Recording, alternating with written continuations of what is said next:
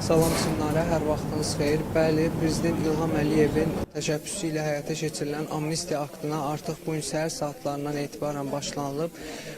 Amnistiya aktının icrası prosesi 4 ay müddətində davam edəcək və azadlığa buraxılan şəxslər 4 ay boyunca tədricən azadlıqlarına qovuşacaqlar və bu gün səhər saatlarından etibarən qadınlar üçün nəzərdə tutulan 4 saylı cəza çəkmə müəssisəsində artıq 22 nəfər qadın öz azadlığına qovuşub. Eyni şəkildə yeniyetmələr üçün nəzərdə tutulan 4 saylı tədrisxanada da 3 nəfər vətəndaşımız azadlığına qovuşub. Hazırda isə biz Bakı İstintaq tədrisxanasındayıq və burada 12 nəfər vətəndaşın azadlığa qovuşacağı gözlənilir.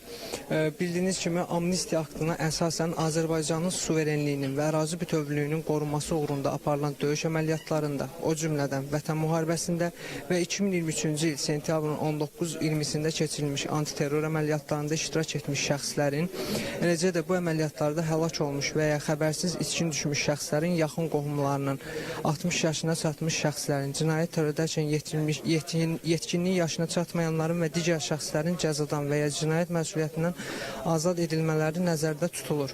Sənədə əsasən böyük ictimai təhlükə törətməyən və ya ağır cinayət, habelə ehtiyatsızlıqdan cinayət törətdiklərinə görə azadlıqdan məhrum etmə cəzasına məhkum olmuş bir sıra şəxslər cəzadan azad ediləcək və ya cəzalarının çəkilməmiş hissəsi azad olunacaq. Qərara əsasən 5000-dən daha çox məhkumun azadlıqdan məhrum etmə cəzasından azad ediləcəyi, həmin cəzaya məhkum olmuş 3000-dən daha çox şəxsin cəzasının azaldılacağı, 7000-dən daha çox məhkumun azadlığının məhdudlaşdırılması cəzasından, 4000-ə yaxın məhkumun azadlıqdan məhrum etmə ilə bağlı olmayan digər cəzalardan və ya şərti tətbiq edilmiş cəzalardan, habelə 1000-dən çox şəxsin cinayət məsuliyyətindən azad ediləcəyi proqnozlaşdırılır.